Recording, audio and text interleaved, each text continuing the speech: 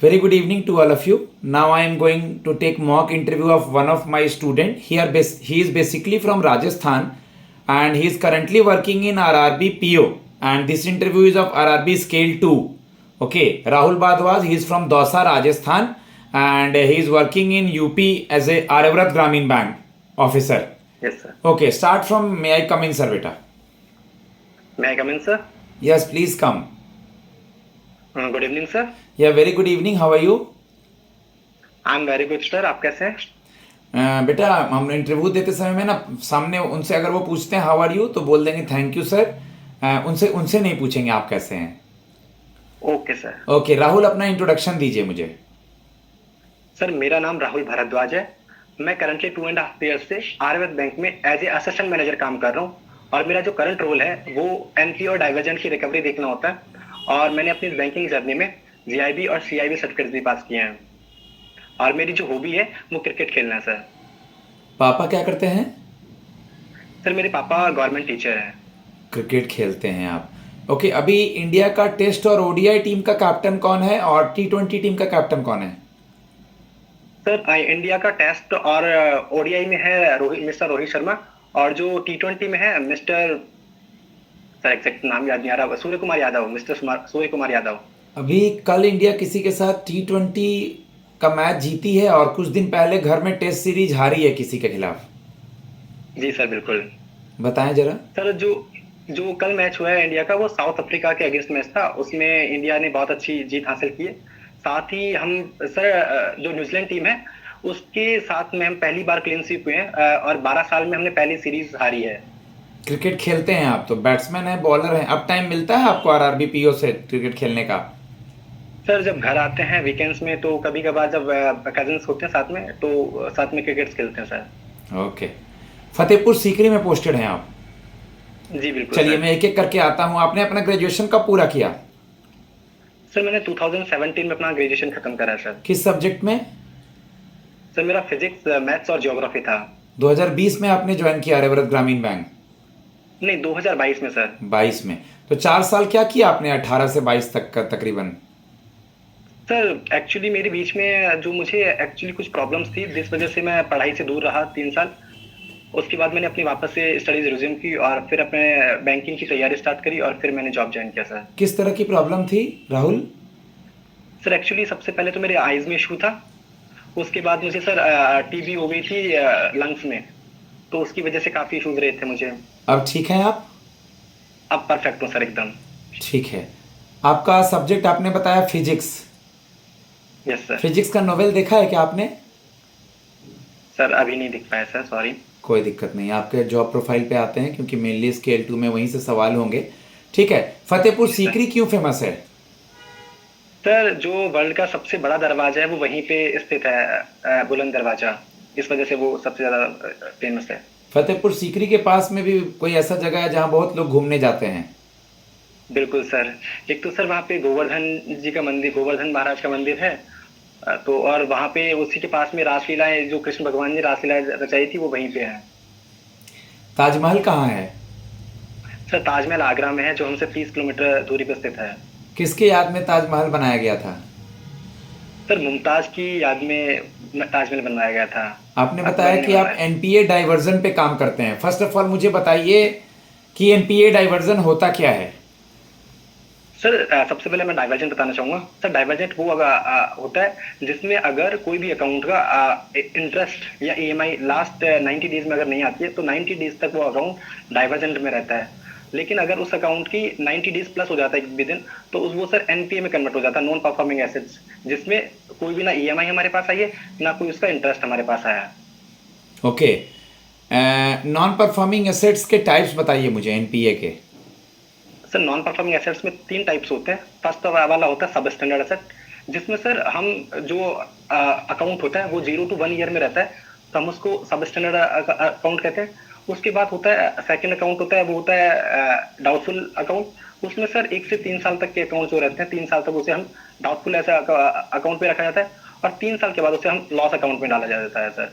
Okay Rahul, आप मुझे ये बता दीजिए कि आपने सुना भी होगा एआरसी, एसेट रिकंस्ट्रक्शन कंपनी. जी सर. क्या होते हैं ये एआरसी? सर जब हमारे अकाउंट्स जो एनपीए में चले जाते हैं तो उनको कुछ कंपनीज खरीद लेती है कुछ डिस्काउंटेड रेट पे, ताकि उन अकाउंट्स की रिकवरी वो कंपनीज कर पाए। What is bad bank? Sir bad banks भी वही एक तरीके का कंपनीज, बैड बैंक्स वो बैंक्स होते हैं जो कुछ बैंक्स मिलके अपना एक बैंक बनाते हैं, और जो एनपीए अकाउंट्स होते हैं जो लॉस एसेट्स होते हैं उनको वो रिकवर करते हैं वही सेम कुछ डिस्काउंटेड रेट पे। सारे बैंकों का एनपीए को, उनके बैलेंस शीट को क्लियर करने के लिए सारा एनपीए निकाल करके एक जगह रख देते हैं, उसी को बैड बैंक कहते हैं। ठीक है सर। ओके, वर्ड सुने हैं एक सिबिल स्कोर? जी बिल्कुल सर। कैसे यूज करते हैं, इसका क्या इंपॉर्टेंस है? आप तो एनपीए में काम भी करते हैं। जी बिल्कुल sir. Sir CIBIL is credit information bureau India limited, इसकी फुल फॉर्म में होती है। सर ये कस्टमर की क्रेडिट वर्थिनेस चेक करने के लिए हम देखते हैं कि जो उसने लास्ट में कितने जितने टाइम में उसने कोई भी लोन्स लिए हैं या एडवांसेस लिए हैं या कुछ भी उसका आउटस्टैंडिंग रहा है, तो वो हमें उसका पूरा क्रेडिट वर्थिनेस दिख जाती है उसमें। और तो हम उसकी जब हम लोन देते हैं या कुछ उसको एडवांसेस देते हैं तो फिर हम देख पाते हैं कि इसकी कितने टाइम पे इसने ईएमआई अपनी कंटिन्यू रखी है, कब तक इसने नहीं दी है, वो सब कुछ उसमें दिख जाता है सर हमें। तो हम उसकी एक कस्टमर कितना अच्छा कस्टमर है, कितनी अच्छी क्रेडिट वर्थिनेस है, वो उसमें पता लगा सकते हैं क्रेडिट सिबिल से। ओके, एक वर्ड होगा आपने जरूर सुना होगा, लोक अदालत। जी बिल्कुल सर। क्या होता है ये? सर लोक अदालत एक गवर्नमेंट ने एक्चुअली कुछ लोन्स हमारे जो कोर्ट्स की वो होता है उसमें काफी टाइम लग जाता है जिनमें डिसीजन आने में, तो गवर्नमेंट ने एक फैसला किया कि कुछ ऐसी अदालत बनाई जाए, कुछ टाइम में टाइम ऐसी अदालत लाई जाए जो हमारी प्रोसेस को जो हमारे जो हमारे जो थोड़ा स्लो, आराम से, थोड़ा बहुत ज़्यादा जल्दी बोल रहे हैं आप, थोड़ा आराम से बोलिए, आराम से बोलिए, बोल पाइएगा आप। जो हमारे केसेस है वो काफी टाइम तक पेंडिंग रहते हैं, तो एक इस तरीके से हमने लगाया कि इसमें कुछ भी टाइमली टाइम एक कोर्ट्स आएंगे और उसमें मीडिएशन के थ्रू हम उसमें जो केसेस हैं उनको क्लियर कर पाएंगे बहुत कम टाइम में, उसमें कुछ भी आपका चार्जेस नहीं लगेंगे। तो इस वजह से लोक अदालत लेके आए थे सर। डेप्ट रिकवरी ट्रिब्यूनल सुने हैं? एकदम आराम से बोलिए जी राहुल। सर। जी सर, डेप्ट रिकवरी ट्रिब्यूनल सुना है कुछ इसके बारे में आइडिया? सर, अभी एग्जैक्ट रिमेम्बर नहीं कर पा रहा हूँ। कोई बात नहीं। प्रोविजनिंग वर्ड सुना है? जी सर, प्रोविजनिंग सुना है। क्या होता है? तो प्रोविजनिंग ये होता है कि बैंक्स को आरबीआई की तरफ से रेगुलर ऑर्डर दिए जाते हैं कि जो अपना प्रॉफिट होता है उसमें से कुछ परसेंटेज एज ए फ्यूचर कभी लॉस में हो उस अकाउंट से, तो आप प्रोविजन करके साइड में रख लीजिए, ताकि अगर कभी लॉस में भी जाए वो अकाउंट तो हम उसको लॉस को सेट ऑफ कर पाए अपने प्रॉफिट के साथ, प्रोविजनिंग के साथ। रिवर्स मॉर्गेज क्या होता है? सर रिवर्स मॉर्गेज अभी एक्चुअली एग्जैक्ट नंबर याद नहीं कर कुछ पा भी रहा। नहीं पता है? मान लीजिए कोई बुजुर्ग दंपत्ति है, उनका कोई बाल बच्चा नहीं है, उनकी कोई अर्निंग्स नहीं है, तो बैंक आकर के उनका फ्लैट और घर का मूल्यांकन करेगा, जितनी बड़ी उनकी प्रॉपर्टी है उसी के बिहाफ पे उसको आने वाले समय तक, जब तक वो लोग जीवित हैं, हर महीने कुछ ना कुछ पैसा देता रहेगा, लेकिन जब वो मर जाएंगे तो उनका सारा कुछ प्रॉपर्टी ले लेगा। इसी को रिवर्स मॉर्गेज कहते हैं। If I am not wrong, ये शायद इंग्लिश मॉर्गेज भी तो कहते हैं इसको। रिवर्स मॉर्गेज इंग्लिश, ये मुझे इसका और दूसरा टर्म नहीं पता। रिवर्स मॉर्गेज का मतलब एक तरह से बैंक हमें जीने के लिए पैसे दे रहा है और हमारी संपत्ति मरने के बाद ले लिया। सर हमने actually maybe I am wrong, but जितना मैंने पढ़ा है ये इंग्लिश मॉर्गेज के अंदर आता है। हाँ, तो आ सकता है, मुझे टर्म नहीं ध्यान आ रहा है, बट रिवर्स मॉर्गेज होता है मेनली जो मैं ये बता रहा हूँ। ठीक है, okay sir, okay sir, I will remember. NCLT सुना है? National company law tribunal. Yes sir. अगर याद है तो बताइए, नहीं तो देख लीजिएगा।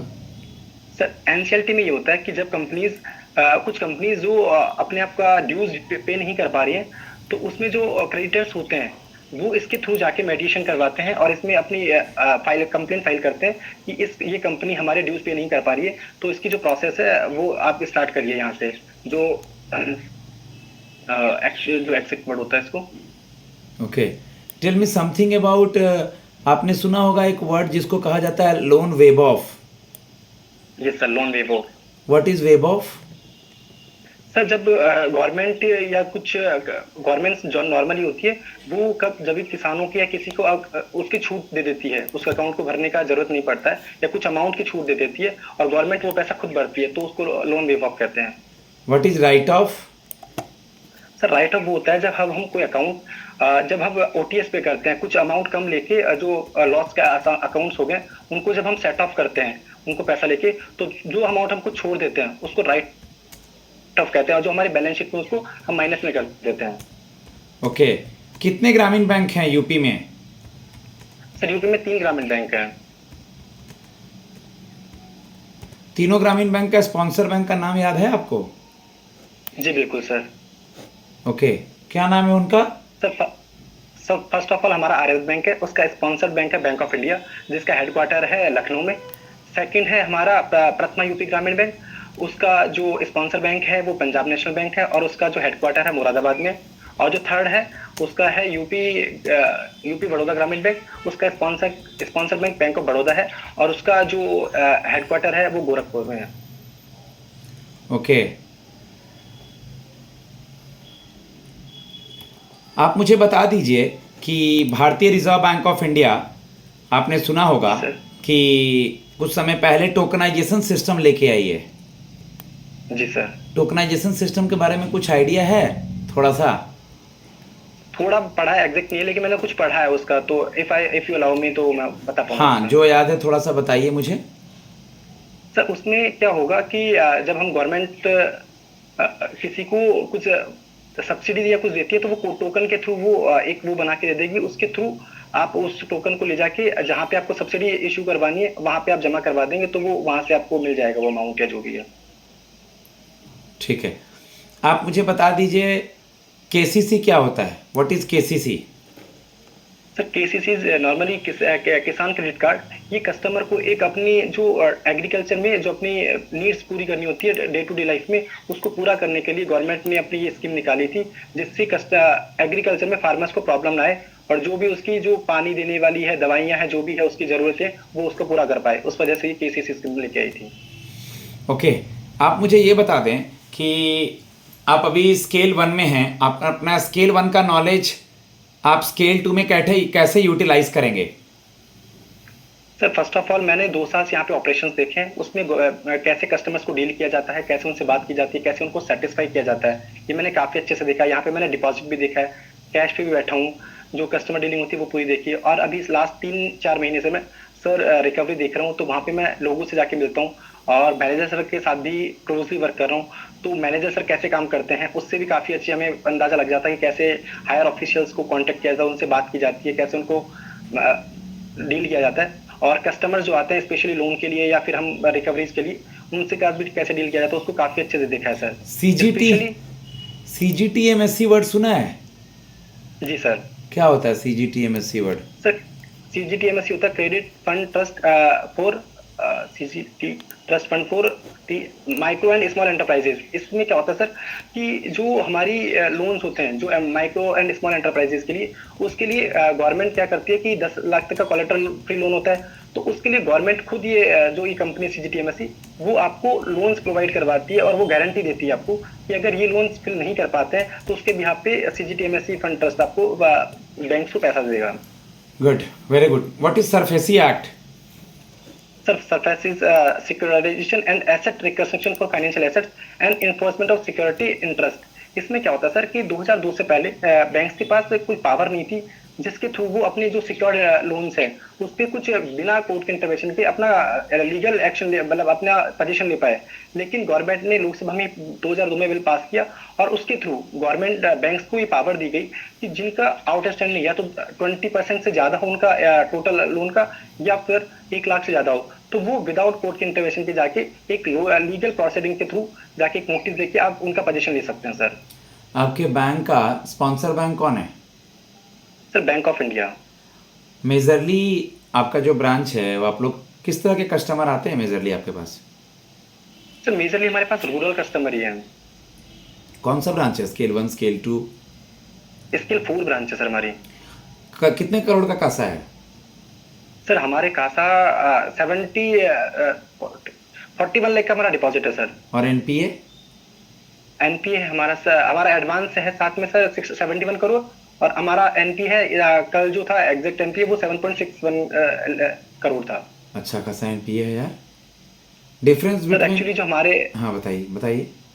सर हमारा जो बैंक का इस टाइम पे जो मेन हमारे सीनियर्स की जो वो है वो एनपीए को डील करना ही हमारा भी मेन टारगेट हमारी बैंक की तरफ से, तो उसी पे डील किया जाता है। एक टाइम पे सर हमारा 11.5 करोड़ का एनपीए पहुंच गया था, तो उसी को सही करके हम थोड़ा नीचे लेके आए सर।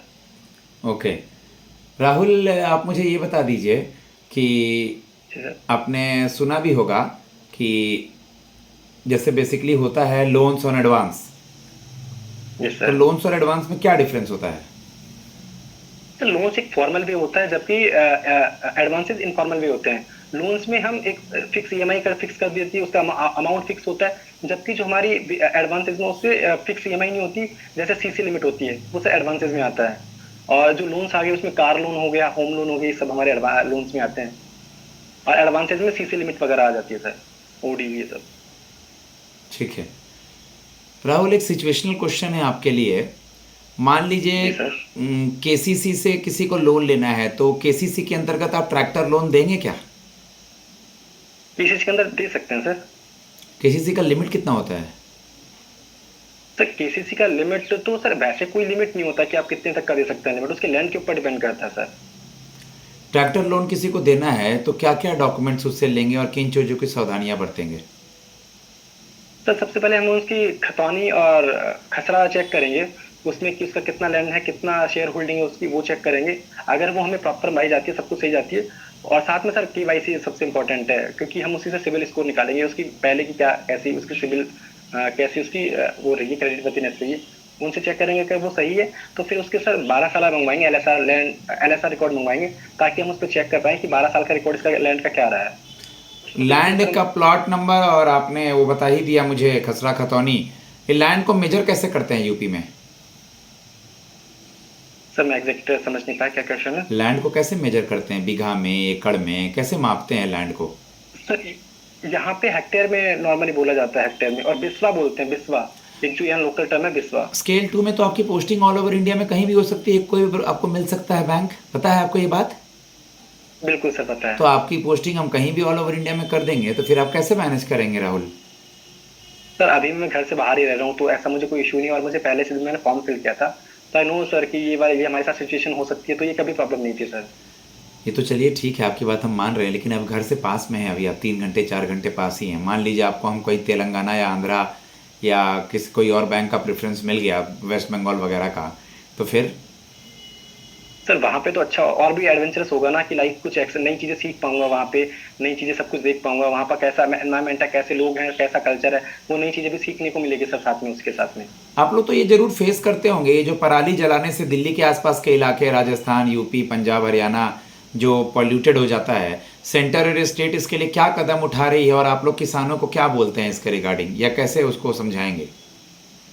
सर वैसे तो हमारे यहाँ पे ये परिधि नहीं जलाई जाती है, लेकिन सर जो गवर्नमेंट और स्टेट्स के बीच में चल रही है, वो एक कॉमन डिस्कशन चल रहा है कि इसको कैसे हम टेक्नोलॉजी के थ्रू और कैसे हम इसको डील कर सकते हैं। इसके भी लिए गवर्नमेंट और सेंटर के बीच में ये मेडिएशन चल रहा है कि कैसे इसको डील किया जाए, और एक कमेटी, जितना मैंने पढ़ा उसकी कमेटी भी बनाई गई इसको लेके। ओके, ग्रीन रेवोल्यूशन के फादर कौन है इंडिया में? सर ग्रीन रिवोल्यूशन के फादर एमएस नहीं MS Swaminathan. Sir, exact MS Swaminathan. उनको भारत रत्न मिला था, वो निधन हो गया उनका। वाइट रिवोल्यूशन किससे रिलेटेड है? सर मिल्क से कनेक्टेड है वो। वाइट रिवोल्यूशन मिल्क से है। उनके फादर का नाम? सर एग्जैक्ट रिमेंबर नहीं है सर अभी। Verghese Kurien. Okay sir, Verghese Kurien, I will remember this. Okay, KYC किस ईयर में लेके आया था आरबीआई? केवाईसी ये तो एग्जैक्ट याद नहीं है सर, इसके बारे में पढ़ा है, लेकिन ये नहीं पढ़ना पड़ा है, सॉरी सर। कि चलिए मान लीजिए 2002 में आया था। केवाईसी का मेन मोटिव क्या है? तो सबसे जो मेन मोटिव है वो मनी लॉन्ड्रिंग को रोकना इसका मोटिव था, और हम इसी कस्टमर को पहचान पाए। टर्म को डिफाइन कर दीजिए, what is money laundering? Sir money laundering में क्या होता है कि जो इलीगल मनी है उसको लीगल बनाया जाता है इस प्रोसेस के थ्रू, वही सर मनी लॉन्ड्रिंग होता है। ठीक है, आप मुझे बता दीजिए, अभी कुछ समय पहले आपके पास के स्टेट में राजस्थान, यूपी, हरियाणा सब सटा हुआ है, हरियाणा के नए सीएम कौन बने हैं? हरियाणा के सीएम सर एग्जैक्ट नंबर याद नहीं आ रहा सर मेरे को अभी वो। ठीक है, चलिए मैं हिंट देता हूँ, कोई सैनी बने हैं। चलिए, नायाब सिंह सर वो सैनी। मैंने नायब सिंह, वो मैंने न्यूज़ पढ़ी थी, बट वो रिमेंबर नहीं हो पा रहा था अभी। प्रधानमंत्री जीवन ज्योति योजना या सुकन्या समृद्धि स्कीम वगैरह पे काम किए हैं, देखा है? हाँ सर, अच्छी जी बिल्कुल डील किया। दोनों के बारे में बताइए। तो प्रधानमंत्री जीवन ज्योति सर बीमा योजना एक हमारी गवर्नमेंट की तरफ से स्कीम चलाई गई है, जिसके बिहाफ पे ये होता है कि कस्टमर को किसी भी तरीके से डेथ होती है उसकी, तो 2 लाख तक का एक बहुत मिनिमम प्रीमियम होता है, उसके बिहाफ पे 2 लाख तक का सम अश्योर्ड किया जाता है। और ये सर जो होता है वो 18 टू 55 की तक के लिए बीच में कस्टमर को वो के लिए कस्टमर्स के लिए अवेलेबल होता है। और साथ में जो जीवन सुरक्षा बीमा योजना है उसके अंदर सर जो 18 से 70 साल के बीच में कस्टमर्स होते हैं, जो लोग होते हैं उनको अश्योर किया जाता है। उसके अंदर 20 रुपये का प्रीमियम होता है और साथ ही में इसमें अगर एक्सीडेंटल डेथ होती है तो सम अश्योर्ड होता है। कोई कस्टमर जाली नोट लेके अगर चला आया, दो या एक कोई भी जाली नोट लेके काउंटर पे, तो क्या होता है? सर जाली नोट वैसे अभी तक आया नहीं है ऐसा केस, लेकिन मैंने जितना पढ़ा है उसमें ये होता है कि अगर 5 से कम नोट है तो आप उस पर 2 रेड लाइन्स खींचकर आप उसको अपने पास रख लेंगे और कस्टमर को ये बता देंगे। और आपको आरबीआई में भी ये बताना होता है कि आपके पास ये जाली नोट आया है। ओके, मौद्रिक नीति क्या होती है? What is monetary policy? Sir monetary policy एक आरबीआई की पॉलिसी होती है जिसके थ्रू गवर्नमेंट जो इन्फ्लेशन है और जो गवर्नमेंट में जो हमारे कंट्री में पैसा घूम रहा है उसको कैसे कंट्रोल किया जा सकता है, इन्फ्लेशन को कैसे कंट्रोल करना है, उसके थ्रू ये सब कुछ किया जाता है सर, मॉनेटरी पॉलिसी के थ्रू। एक लाइन में बोल सकते हैं, मॉनेटरी पॉलिसी का मुख्य उद्देश्य होता है सर महंगाई को कम करना, जीडीपी ग्रोथ को बढ़ाना। और sir 3 member government of India के साइड से होते हैं, नए बने हैं, चेक कर लीजिएगा। 3 आरबीआई के साइड से होते हैं। आपने अपना ग्रेजुएशन किस स्ट्रीम में पूरा किया? किस ईयर में किया है? स्ट्रीम कौन से स्ट्रीम में किया? Sir BSc. Okay, physics, chemistry, maths? Geography sir, chemistry की जगह जियोग्राफी था मेरे पास। लानिना अलिना सुना है क्या? लानिना इफेक्ट, अलिना इफेक्ट? जी बिल्कुल पढ़ा है सर। क्या होता है ये? सर इसमें ये होता है कि जितना लालिना उसके हमारे जो रेनफॉल होता है उससे कनेक्टेड होता है कि जितनी ज़्यादा गर्मी पड़ती है उतना ही हमारी बारिश ज़्यादा होती है, उससे रिलेटेड है ये सर। ओके, जेआईबी सीआईबी कर रखा है क्या आपने? जी सर मैंने किया हुआ है। कौन सा? सर जेआईबी सीआईबी दोनों पास किए मैंने सर। अच्छा, चलिए मान लीजिए हम आपको स्केल 2 सेलेक्ट करते हैं, तो आपका जेआईबी सीआईबी का नॉलेज हमारे लिए कैसे बेनिफिशियल होगा? सर जेआईबी में और सीआईबी में दोनों में, जेआईबी में सर हमारी कस्टमर डीलिंग्स होती है, जो हमारी प्रॉपर नॉलेज होनी चाहिए बैंकर की, उसके बिहाफ पे वो सारी बुक्स होती है, उसके बिहाफ पे हमारी नॉलेज टेस्ट की जाती है। तो वो मैंने सर अच्छे से फर्स्ट अटेम्प्ट में ही पास किया था। और सीआईबी होती है सर जो हमारे लोन्स होते हैं, बैलेंस शीट होती है, कैसे बिजनेसेस को बढ़ाना होता है, वो सब कुछ सर सीआईबी के अंदर है। तो वो भी मैंने सर काफ़ी अच्छे से पढ़ा। साथ में एक चैप्टर होता है इसमें रूरल बैंकिंग, उस पर भी मैंने सर बहुत अच्छा स्कोर किया था और मैंने फर्स्ट अटेम्प्ट में ही क्लियर किया था। तो सर वो उसकी नॉलेज मेरे लिए बहुत अच्छे से काम ले पाऊंगा उसको मैं। BIRD, banking institute of rural development क्या होता है? क्या sir, can you please? Banking institute of rural development, BIRD. Banking, BIRD is giving training to the RRB employees. RRB के एम्प्लॉयज को बर्ड ही ट्रेनिंग देता है। Okay sir, okay. Okay, IFSC code का 5वां लेटर पे क्या होता है? फिक्स है ये सबके लिए? 0। क्यों? सर अगर फ्यूचर में कभी कुछ टर्म बढ़ाने की जरूरत पड़ी तो उसको लिए रिजर्व कर दिया गया उसको। हम आपको 1 लाख का चेक देंगे और डीडी देंगे 1 लाख का, क्या लेंगे दोनों में आप? सर डीडी बेटर रहता है। क्यों? क्योंकि वो पहले से अमाउंट आपने जमा करवा दिया बैंक को, तो हमारे पास उसको इशू करवाने का ज़्यादा इजी एक्सेस है, जबकि चेक हमारा बाउंस भी होने का डर रहता है सर। गुड। इतने सारे बैंक होने के बाद भी आरआरबी खोलने की जरूरत क्यों पड़ी थी राहुल? सर मेन रीजन ये था कि जो हमारे बैंक थे वो पहले से, इससे पहले क्या था कि जो अच्छे कस्टमर्स थे और जो क्रेडिट वर्किंग होते थे, अच्छे बिजनेसमैन थे, सिर्फ उन्हीं को लोन दे रहे थे। तो ये हमारे पास एक मेन चीज उभर के आ रही थी गवर्नमेंट के पास कि जो हमारा जो रूरल बैकग्राउंड है वहाँ पे अच्छे अच्छे लोग भी है, वहाँ पे उनको अच्छे से कनेक्टिविटी नहीं मिल पा रही, उनको पैसा नहीं मिल पा रहा है, ठीक लोन नहीं मिल पा रहा, उनका पैसा जमा नहीं हो पा रहा। तो गवर्नमेंट ने ये देखते हुए स्पेशली ये चीज़ लोन बैंक लेके आए थे, ताकि ये जो हमारा रूरल बैकग्राउंड है उसके साथ हम कनेक्ट कर पाए। ठीक है, okay. Last question from your side, आप में क्या क्वालिटी है जिसकी वजह से हम आपको सेलेक्ट करें? तो सबसे मेन इंपॉर्टेंट रीज़न ये है कि सर मैं रूरल बैकग्राउंड से हूँ, मैं कस्टमर के रूरल बैकग्राउंड को, कस्टमर को अच्छे से जानता हूँ कि वो कैसे उसकी मानसिकता होती है। मैं खुद गाँव से रहा हूँ, तो मैंने इसी वजह से गाँव से जुड़ा रहने की वजह से मेरा एसबीआई क्लरिकल में भी हो गया था। और जो मेरे अच्छे बैंकर्स जानकार थे उन्होंने सभी ने ये कहा था कि आप एसबीआई में जाओ, अच्छी अपॉर्चुनिटी ग्रोथ की। लेकिन मैं सर उसको ध्यान में रखते हुए मेरी कि मुझे किसमें गुड फील होता है, कैसे अच्छा लगता है, मैंने आरआरबी ज्वाइन किया। साथ में सर मैंने आरआरबीज में खुद अभी भी आरआरबी वर्क कर रहा हूँ और आरआरबीज के लोगों के साथ डील कर रहा हूँ। तो सर मुझे वहाँ पे अच्छा भी लगता है। हम जैसे मैं जिस माहौल में पला बड़ा हूँ वहीं पे सर मुझे वहीं पे काम करने का मौका मिल रहा है, उनसे जुड़ पाता हूँ मैं, अच्छे से उनके पास कनेक्ट कर पाता हूँ। अगर उनको कुछ प्रॉब्लम्स होती है तो मैं उनको सही कर पाता हूँ, उनको सॉल्यूशंस दे पाता हूँ, तो वो सर काफ़ी खुशी मिलती है। तो इस वजह से मुझे लगता है कि सर मैं काफ़ी अच्छे से वर्क कर पाऊंगा as a RRB employer. Guys, मैं अपने स्टूडेंट को स्केल 2 के इंटरव्यू का रिव्यू देता हूँ। ओके, आप लोग स्केल 2 स्केल 3 से रिलेटेड हैं तो मुझे मैसेज कीजिए 7503235358।